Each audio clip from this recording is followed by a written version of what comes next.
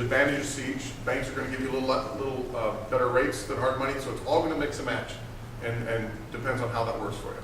I'm going to bounce this back to James, but one of the things we'll touch back when we come back is why I think hard money is a good source and whether it might work for you on when it comes to financing for different options. Well, you're going to bounce that back, right? I was going to ask you about that now because Rob obviously is a hard money lender, right? So he's biased.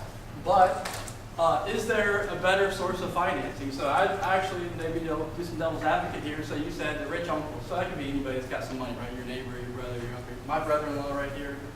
Somebody with money that could fund your deal could probably do it and may want, little or none, or maybe they would want like a cut of the investment, right? They might want a cut of the upside. Yep. So,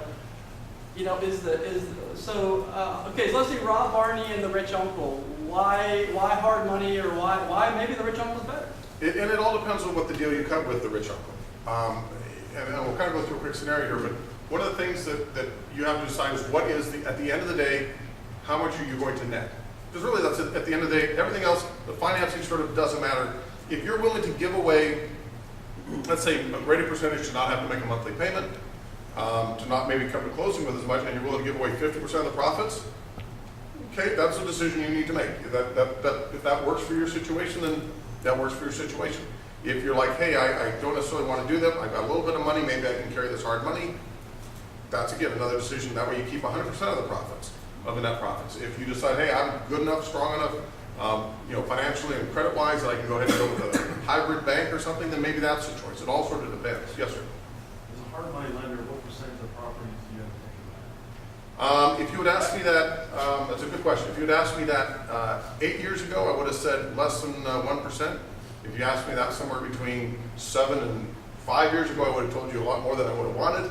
Now we're probably looking at about, I'd say probably 2 or 3%. It's not a lot, and candidly, this is the ironic thing about taking some of these properties back, which is sad. We're not taking them back because they weren't necessarily rehabbed correctly.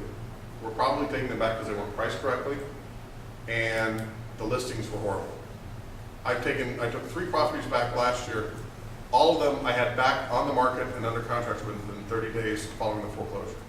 All I did is I hired a professional photographer to come and take pictures, and then I sat down with my real estate agent and we did detailed descriptions under the pictures and then for the listing in MLS. And then we did a little bit of paint, a little bit of change. When I say a little, less than like $2,000 in the house, and we had them all under contract within 30 days of me taking them back. It wasn't that I was any smarter than these people. It's just I priced them better. I photographed. I didn't price them below what they had, but it was slightly just a little bit of a new listing sort of.